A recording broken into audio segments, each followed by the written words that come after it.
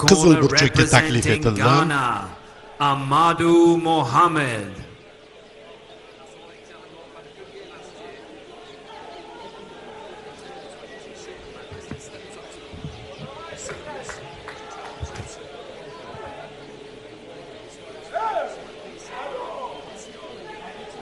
O'tgan yilgi Osiyo chempionatida Your judges for Jalilov this 51 contest kilogramgacha come vazn from Sri toifasida Lanka, Armenia, oltin medalni qo'lga Serbia, kiritganida Filippinlik Egypt Marvin and Colombia. Tabbamo ustidan g'alabaga erishib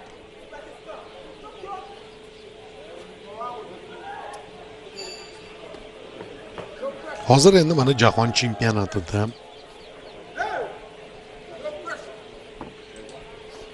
u 54 kilogramgacha vazn toifasida bahslarda ishtirok etayotganligini ko'ryapmiz.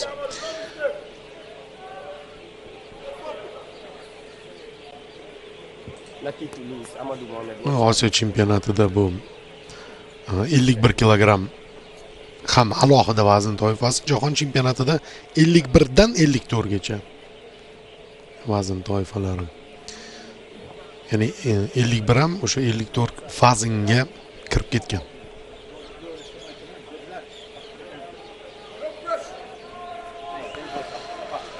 Yaxshi kayfiyat bilan boshlanyapti jang. Birinchi raund. Ganalik bokschi bo'yi balandroq, qo'llari uzunroq, darhol kutib olishga harakat qilib ko'rdi yon zarbasi bilan. Lekin Jalilov bunga tayyor edi, bosim o'tkazishga harakat qilyapti. Asilbek oldinga tashlanyapti. Kelasi ham chapaqay bokschi.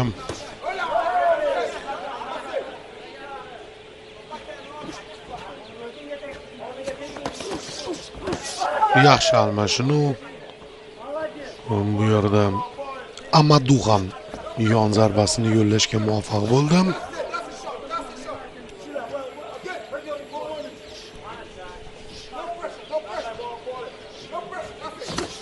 Tezlik yuqori ekanligini ko'ryapmiz.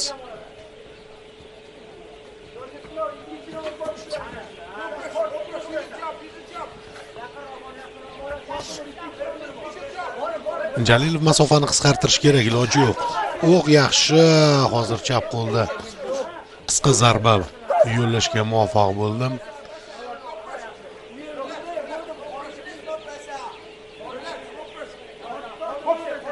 Amadu bor imkoniyatini ishga solyapti. O'rta masofaga kelganda darhol to'xtovsiz zarbalar yo'llayapti raqibga.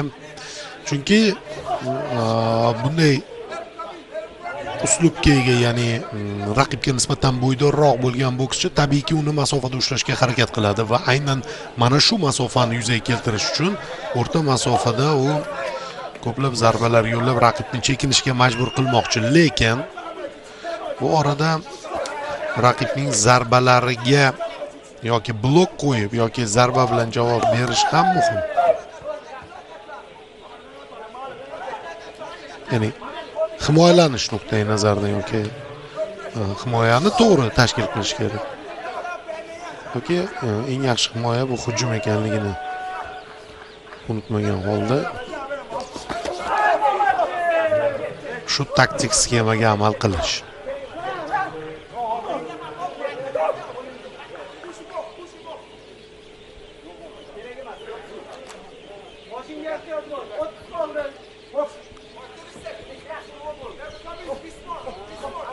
Yaxshi, hozir bosh harakati yordamida raqibning zarbalariga, jablariga chap berganligini ko'ryapmiz.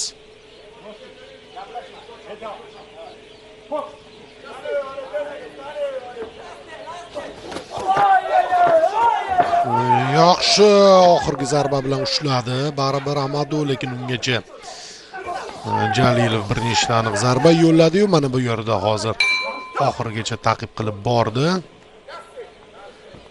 Birinchi raund tugadi. Yaxshi raund bo'ldi. Amadu men oldindaman deyapti.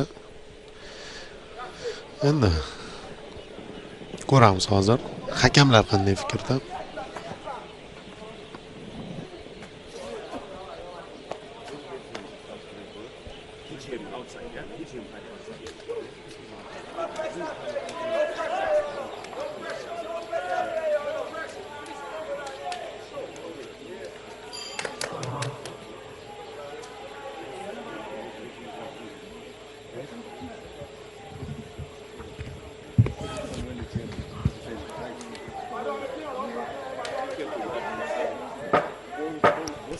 Seconds out. Yaxshi. Hammasi joyida. Birinchi raundda ustunlik Jalilov tomonidan qayd etildi va bu hakamlar tomonidan belgilab qo'yildi. Ikkinchi raund. Tashlanyapti oldinga Amadu.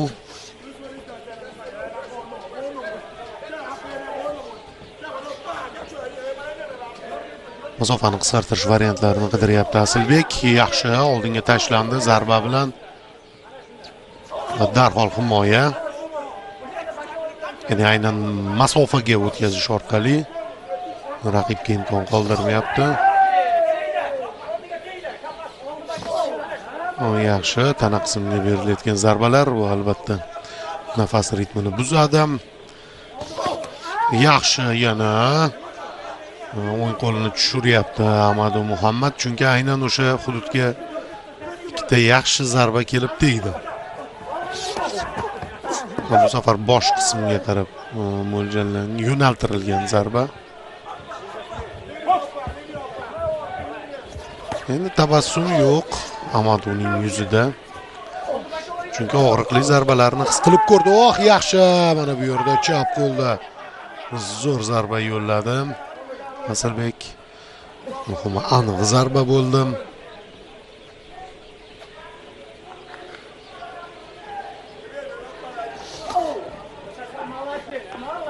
Boyagi tana qismiga berilgan zarbalar o'z ta'sirini ko'rsatyapti. Endi Jalilov har bitta hujumini aniqroq bajara olishiga ko'z yetyapti va e'tibor bering, qanday kayfiyati ham ko'tarilib ketdi. Ketma-ket zarbalar. Ishlash kerak, ishlash kerak.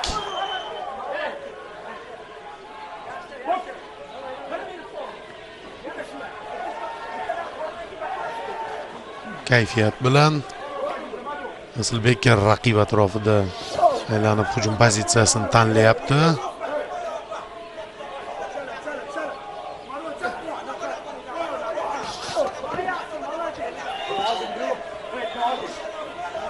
Chalg'ituvchi harakatlar bilan avvaliga o'ng qo'lini oldinga tashlab, lekin oxirigacha yetkazmay darhol chap qo'lda zarba berishga o'tyapti vakilimiz.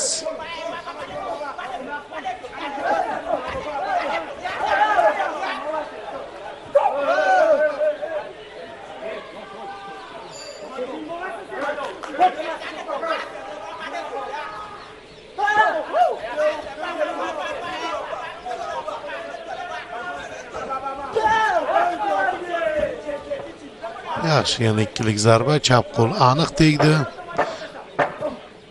Juda hujumga o'tishga ham shoshmayapti ganalik bokschi.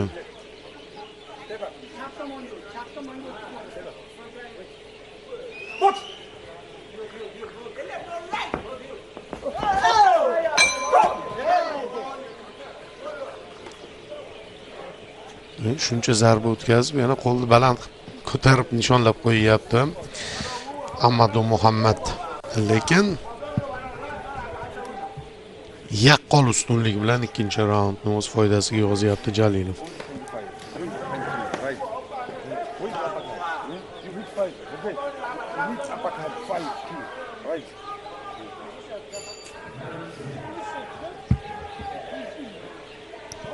Mana hujumlar qanday boshlangan edi.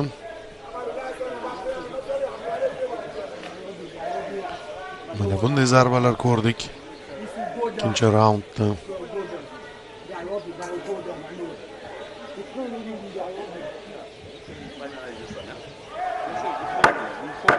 Seconds out.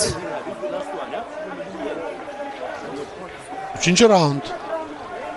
Yakuniy raund.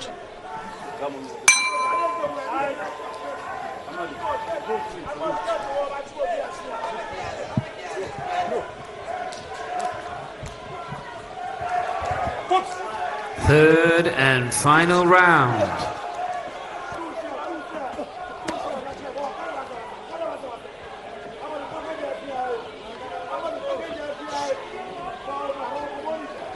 Chayqalib boryapti.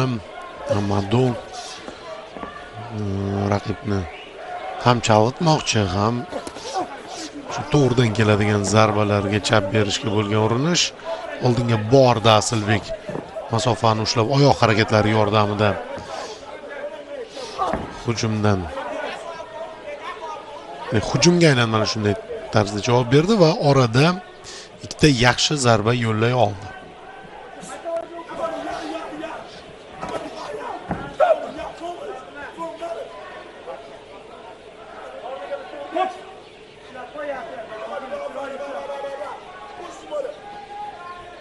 Tana qismga zarba so'raldi Jalilovdan va bu talabni bajardi. Gaplashish mumkin emas. Shu chempionatda ko'p gapiryapti bokschilar bir-biriga.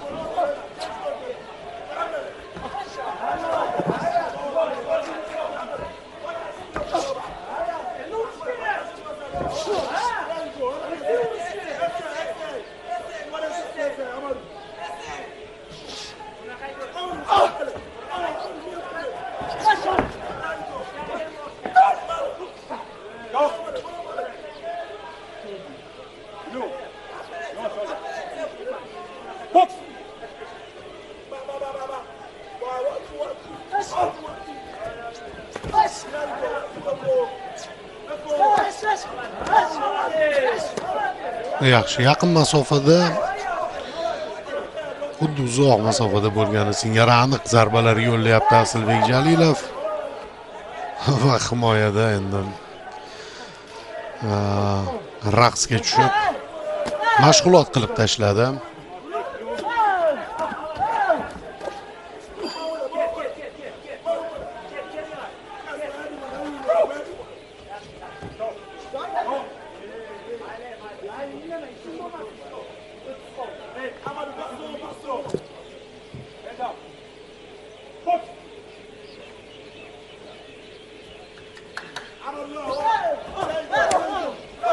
Ehtiyot bo'lish kerak, ring chetidan qochish kerak iloji boricha. Boya yaxshi yo'l tanlanganida aynan oyoq harakatlari yordamida masofani ushlashgan. Endi yelkasi bilan 3-marta hozir raqibni turtyapti. Shuning uchun referi undan ball olib tashladi. Va xafa bo'lma endi Amadu.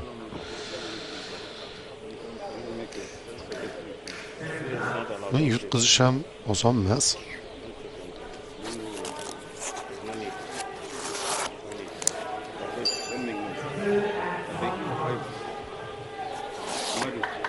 Shuncha zarba o'tkazib yuborib, nimaga umid bildiryapti tushunish qiyin. Asilbek Jalilov demak o'zi ochig'i shubha yo'q edi-yu. Ammo baribir bundan oldingi jangda Ladies and gentlemen, the winner of this contest via unanimous decision shu boisdan har bir jang o'ta is in the red corner representing Uzbekistan. Jiddiy munosabatni talab etadi. Asilbek Jalilov bu jangda g'alaba qozonyapti va keyingi bosqichga yo'l olmoqda. 54 kilogramm vazn toifasi juda jiddiy raqobat. Boya rossiyalik bokschi qanday ishlaganligini ko'rdik. Undan oldin Rafael Lozano Serrano ispaniyalik bokschi ajoyib boks namoyish etgan edi. Jalilov ham chiroyli tarzda raqibini yengdi va uning jangida boksning barcha elementlarini ko'rdik. Turli masofalardan